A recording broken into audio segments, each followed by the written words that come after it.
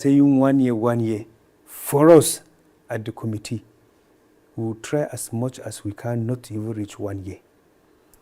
So that by 6 months, 7 months, if we're able to carry out our assignment before then, we'll go back to our normal engagements out there. And what is that normal engagement? All of us have our work, all members of the committee, like me, I'm a private legal practitioner and also a law teacher. And some of the members are also class lecturers in various institutions, others, and we all have what we are doing. Yes, so our idea is let's carry out this mandate. We know it's not an easy task. It's not an easy task, but we seek the cooperation of all Nigerian youth so that we achieve this mandate and hand over a strong and united Youth Council for Nigerians. I'm 100% sure, like, the factions will watch this. I would love you to, like, pass a message for unity, peace, and progress in a minute. As I've said earlier, we have no enemies. Faction, whichever one you come from, I do not know any of the faction leaders personally. Personally, I have never had contact with any of them at any time, anywhere. So each and every one of the factions belong to us. Let us come together and set the record straight and move on. We do something in S24. It's called rapid fire. I don't want to put you on a hot spot, but I'll ask you 3 questions and you must answer it. What if I don't have an answer? No, you will definitely look for an answer. It's definitely... You know, in court, you answer yes or no. Yeah. So here, you will answer, you pick one out of it. Okay. Politics or business? Politics. Why? It covers everything. How does politics cover business, Barrister? How does politics cover business, Barrister? If we don't have nice policies made by politicians, then... Okay, I see what you did here. You're using your law on me. Election or appointment? Elections. Election or appointment? Election. Election or appointment? Election. Okay, I see what you did here. Thank you so much for watching Future Minds. You had a conversation around NYCN and the interim committee that has been appointed by the federal government. And one of the invention is to control controversy within the NYCN. We are youths. We are trying to see how we can position ourselves at the forefront of leadership in the country. But the way things are going in NYCN, I don't want to say I'm not seeing a future for the youth. We just have to put it at the back of our mind, like we must bring in unity. We must understand that we need peace, and progress must be something we are looking forward to. That is one thing that will keep us going, and that is something that will make sure the youth are always remembered in governance. This is S24 TV. My name remains Samira Usman Adam. Thank you for watching.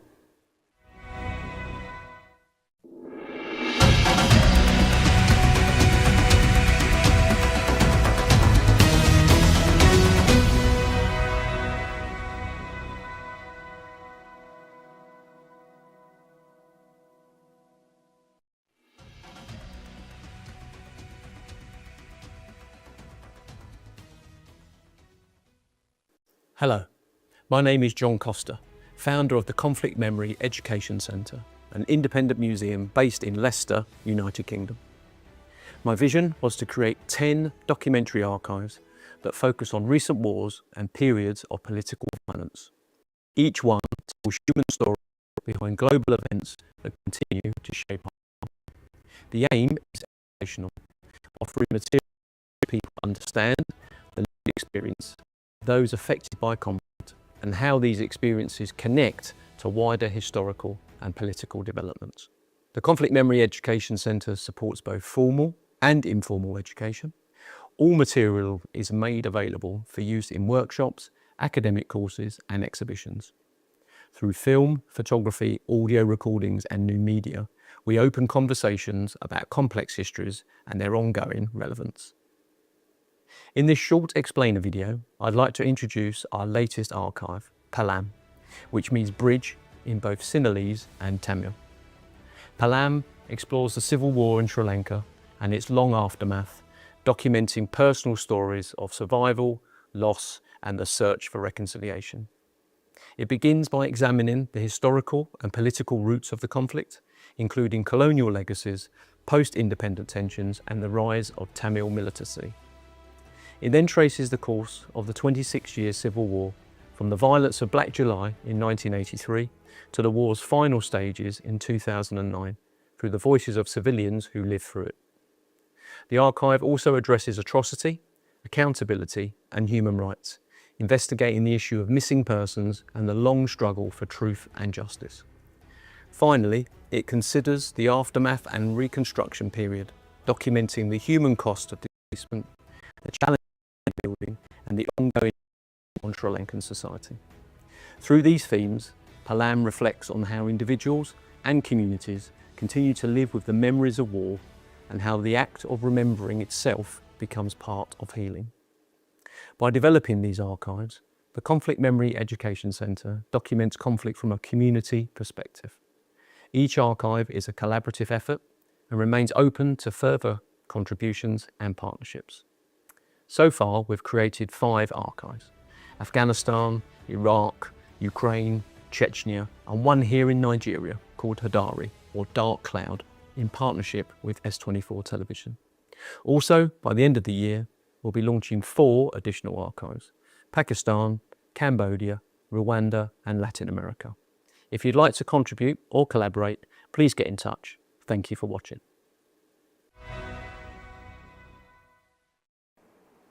Do you remember Stella Obasanjo? She was Nigeria's first lady and the wife of former President Olusegun Obasanjo. In 2005, she died in Spain after complications from cosmetic surgery at a private clinic in Marbella. A Spanish court later convicted a surgeon in connection with the case, citing medical negligence, a reminder that surgical outcomes depend heavily on professional standards, proper monitoring, and ethical medical practice. But this conversation is bigger than one person. Every year, millions of people around the world undergo cosmetic procedures such as liposuction, tummy tucks, Brazilian butt lift, and breast augmentations. Some individuals pursue these surgeries for legitimate health or reconstructive reasons after significant weight loss, childbirth, injury, or to correct medical conditions. However, a large portion of cosmetic surgery today is driven by aesthetic and fashion, the desire to match trendy body types popularized by celebrities, influencers, and social media culture. In today's entertainment industry, cosmetic enhancement can feel less like a personal choice and more like an unspoken requirement. Many celebrities appear to go to extreme lengths to achieve exaggerated curves, ultra slim waist, sculpted jawlines, or ageless skin. In some cycles, it can seem as though you cannot compete, trend, or remain visible without upgrading your appearance. For some public figures, transformation becomes part of branding, a marketing strategy that fuels attention, engagement, and relevance. Dramatic before and after reviews often generate headlines, sponsorship, and social media buzz. The danger is that these highly curated images set unrealistic standards for everyday people. What is often presented as natural beauty may involve multiple procedures, strict maintenance, editing, lighting, and filters. The full story, the risk, the recovery pain, the complications, the revision is rarely shared as loudly as the glamorous results. The pressure behind this decision is powerful. Beauty is shaped quickly, but the emotional hip-hop remains constant.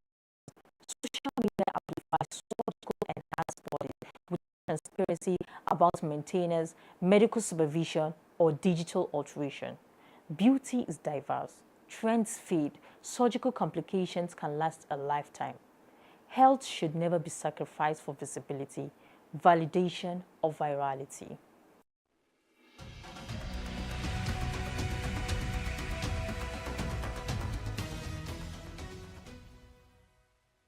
A new tech frontier is emerging, and it's not Silicon Valley, it's Africa.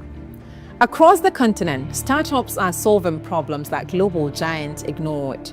In 2024 alone, African startups raised over $3.5 billion, defying global venture slowdowns. Venture capital funding grew by 14% last year, led by fintech, logistics, and clean energy innovators. In Nigeria, digital payments are transforming commerce. In Kenya, mobile money now serves over 90% of adults. In Rwanda, drones deliver blood to remote hospitals. It's a tech boom built on necessity, not luxury, but challenges remain. Only 43% of Africans have internet access, and unreliable power still stalls progress. Global investors are watching, but they are also cautious, calling for better regulations and infrastructure stability. Still, there's a quiet revolution on the continent, and it's not powered by oil or aid, but by imagination. The question is no longer whether Africa can innovate, it's whether the world is ready for Africa's innovation.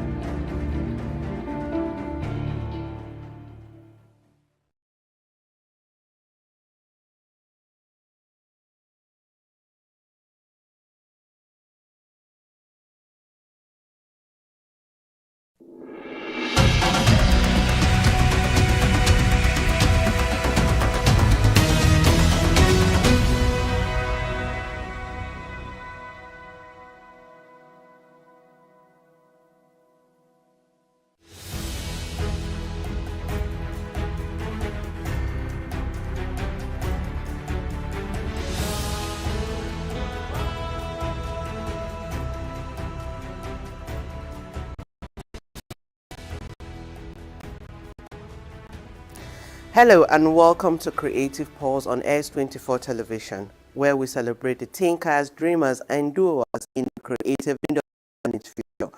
Today, our spotlight is on a young creative whose journey proves that art and activism can coexist beautifully. We're having Ali Mamalawan, whose pen name is Ali Lawan, here in the studio today. And let me say, we're diving into what took Ali Lawan to the creative world and what was his inspiration. Ali, thank you for coming and welcome to Creative Pulse. It's a pleasure having you here. Thank you for having me. I am very sure viewers will love to know who Ali Lawan is and what he does. My name is Ali Mamalon. I am a writer, an advocate, and sometimes spoken word artist. I studied accounting at Scala University, Nigeria, and I'm into I'm into leadership. I'm a 2024 LMI fellow and a global shaper. So that's pretty much. Okay, he studied accounting. He's a spoken word artist, a writer, an activist, and a youth leader. If you listen, he mentioned he was a fellow of the Legislative Mentorship Initiative. If I could recall, he served as a clerk in your parliament. That's correct. That's 2024? 2024, Exactly. yes. Thank you for coming. Let's go deep into what you do and your journey. You launched your debut novel the day you were graduating. Yes. It's both symbolic and let me say, inspiring. But would love to know what made you have that thought that, okay, I'm graduating today, let me release this book today. And if I am sure, the name of the book is Tears on a Red Rose. Aye, exactly. So what was your inspiration? What made you think this is the right time for me to release that book? What was going on in your mind on that day, and how did the moment shape your creative journey? Okay, so firstly, the inspiration of the book was a trip. We had come to Abuja with my family, and it was New Year, and it was the first time, a boy from Yusufari and then living in Kano coming to Abuja for New Year, and there was fireworks. So we were all staying up late, to watch the fireworks, and I remember I was writing in an exercise book, and it wasn't even about family, being sisters find each other. Can time book publishing plan publishing was supposed to come earlier than graduation. I wrote the book in necessity, so it took years between the finished book and actually publishing the book. I remember launched on my graduation was actually suggested by one of my teachers, Mr. Shaw, my literature teacher. I showed him the book. He was so excited, and he was like, "We have to lodge the book here in the school on the graduation We day." cannot Like, allow that cool talent to leave the school premises. And if I can say, you've told us the inspiration behind Tears on a Red Rose storytelling as a tool for social or political change. As a young activist or a young leader, I think storytelling is present in almost everything we do in the political space, climate change. We just have different forms, and people struggle to understand certain forms of it. But when you come down to art and literature and that kind of storytelling, it's something that a lot of people can connect with. It's kind of like social media, there are billions of people on social media because, everyone knows how to operate a phone and handles notifications and etc. So when a lot of people connect with something, it automatically becomes a platform that can be used to shape their lives and push policies, affect positive change. So I see storytelling playing a very big role in that aspect. you move between literature, spoken word, and activism seamlessly. Like sometimes if I see you doing something, I'll be like, oh, Ali is doing well. But how do you balance creativity with advocacy? So it's creativity has always been a part. It has been there since I was young, and I do understand the sometimes you get. I think the term for it is there's really no balance. Balance is a myth. So sometimes it all depends on the time. Sometimes you're in the creative space. Sometimes you're high on news and you're writing. Sometimes advocate calls you and you are at a boy child conference or you're at a global shaper meeting. So I think you just have to sometimes go with the flow, but try to always carry along the identities that shape you and the identities that you want to present to society and identities that matter to you.